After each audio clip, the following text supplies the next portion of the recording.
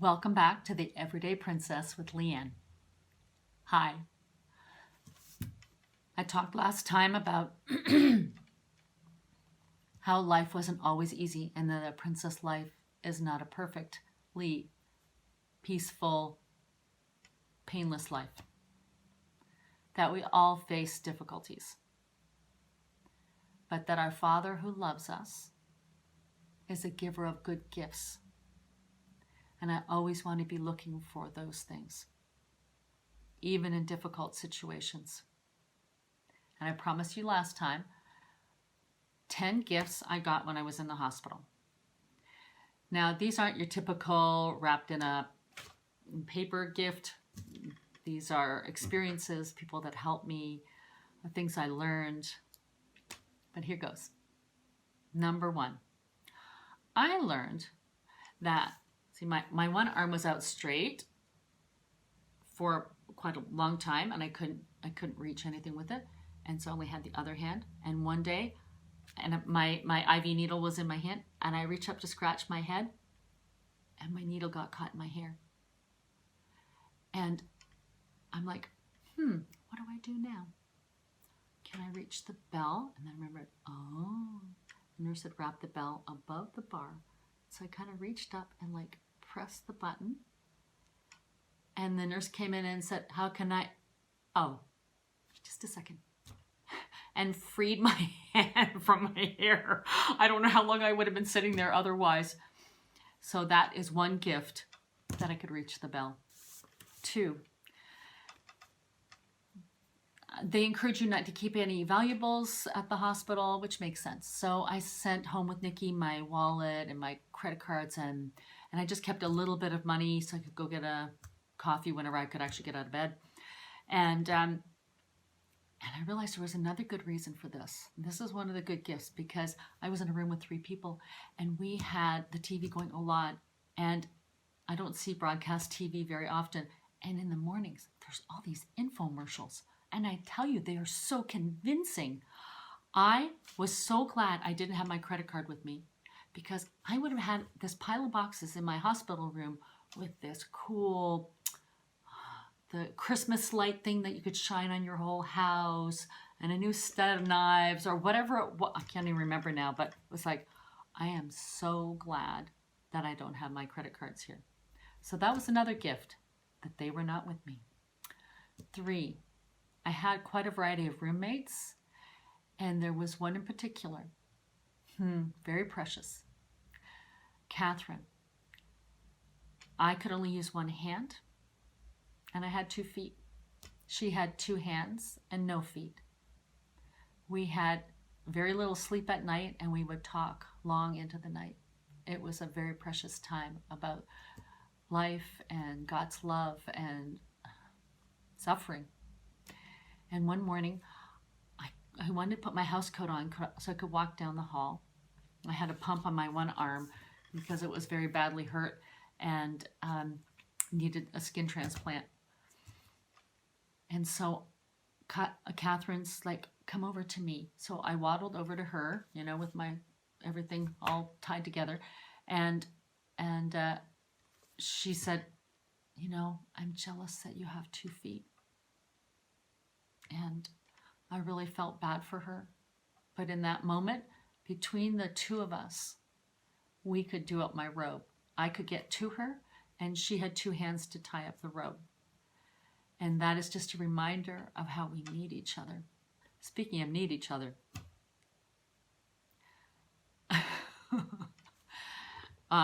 it wasn't so easy because my one arm was out straight and bandaged and on a pump system.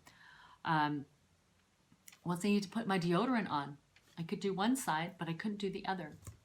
And my dear friend and sister, Nusha, who lived closest to the hospital of anybody, would come often to visit me. She brought me smoothies she'd made and treats. And I said, Nusha, I need help putting on my deodorant. And the roll-on top, the smooth top, it would fall off. And we would be laughing so hard. She'd be trying to find the other piece to put it back together again to help me put my deodorant on. Next trip, she brought me new deodorant. But after that, we said that I called her my Deo sis because, because she was my sister that helped me put my Deo. In German, we say Deo for deodorant. Put my Deo on. We need each other. Well, I was also very thankful for the gift of many, many doctors. But you know, I couldn't keep them straight and I couldn't remember anybody's name except the boss. But even the boss, I just renamed them all and tried not to say it to their faces. Like to the nurses, I'd say, so is the big boss coming in today? That was Dr. Ortner. He was the head of the trauma section. And there was another doctor, the one that was with me in the helicopter. He was kind of big like a teddy bear. And so I always thought of him as Dr. Teddy Bear. And after, while I was waiting in the operating room for the stuff to take effect and go to sleep, I'm sure he walked by and I said, "Hi, Dr. Teddy Bear." No comment. I guess I hear all kinds of things down there. But they were a wonderful gift for me and they worked very hard to help me get healthy again. Also a gift of incredibly professional, talented, and very smart nurses. I was so blessed. I tell you, one of them just had to walk into the room and I just felt better. One time I was feeling very low and I'd had been down to the operating room a lot, and so I'd had a lot of general anesthetic, and that kind of like made me very mood swingy, and if that's a word. And one time I hit the buzzer because I was just feeling so low. One of the nurses, he came in and I said, "I'm dying." And he goes, "You've been in here a long time. Would you like some happy drops?" And I said, and he brought me, it's like a herbal mix that maybe does something, maybe doesn't. But as soon as I took it, I said, "I'm feeling better." He goes, "It doesn't work that fast." Obviously, it was the care. It was the care of the nursing staff. Landesklinikum, Wiener Neustadt. Wiener Stadt, that's the city and the name of the hospital. Trauma 2, you are the best. Thank you all for your wonderful care. You were a great gift to me. And then, number 7. Now, did you know there are warriors in the hospital? They're called the cleaning staff. They are warriors against entropy. That if you leave something, it will get worse. And they came in and cleaned every day, and they made it a place where we could heal. And their work was so important. And one of them, Ava, she told me about how she'd been in a terrible car accident and was in the hospital and rehab for 2 years, and her daughter had to be raised by her mom, and that she still, after she got well, praise God, she was brave. And she went out and she bought a car and she took her daughter home. And I said, "I don't know if I could ever get on a bike again." And she's like, "Yes, you can. Yeah, you can do this." She was such an encourager. So, yay for the cleaning staff. So another gift was, not one that I would have called a gift at first glance, was I had to spend that Christmas in the hospital. Tried to get home. They did everything they could. And then I had to have another surgery at the last minute. And, and I woke up from that surgery with not just one mobile pump on my arm, but also a pump hooked up to my leg to help it heal. And I was so distraught. And this is another one. Alex came in, one of the male nurses, and I said, "Alex, I have 2 pumps on me. This is terrible." And he said, "Frau Carter, some people don't have any pumps." He knew just what to say to make me laugh and to bring me back up out of this sad stupor that I would sometimes get into.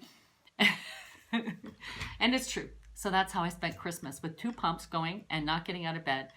And my boys brought to the hospital for Christmas Eve and all day Christmas. And we had so much fun. And I gave Jonathan some books and he read one of the books. It was The Martian. It was just a totally fun story.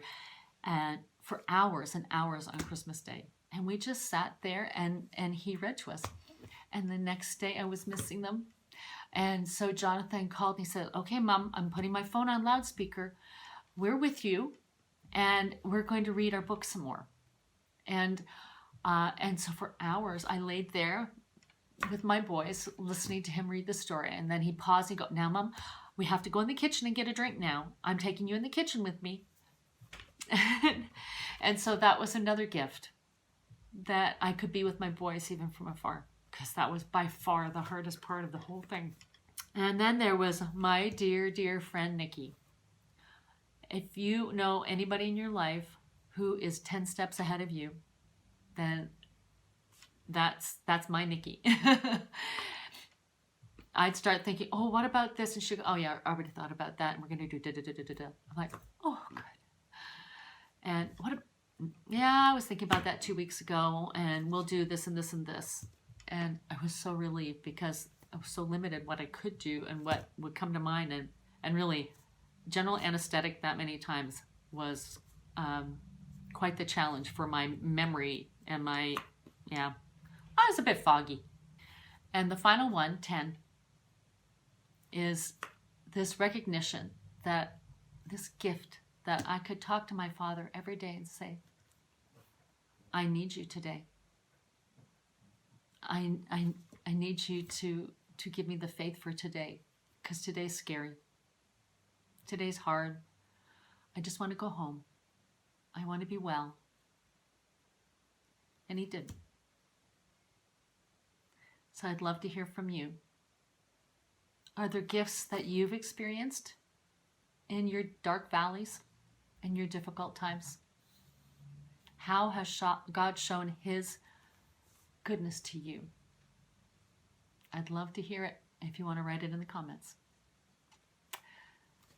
So that's it for today. Please don't forget, you can click if you want to. And there's also a subscribe button and a little bell to hit if you would like to get notifications of my Tuesday videos. Don't forget, God is the giver of good gifts. James 1:17. Until next time, bye.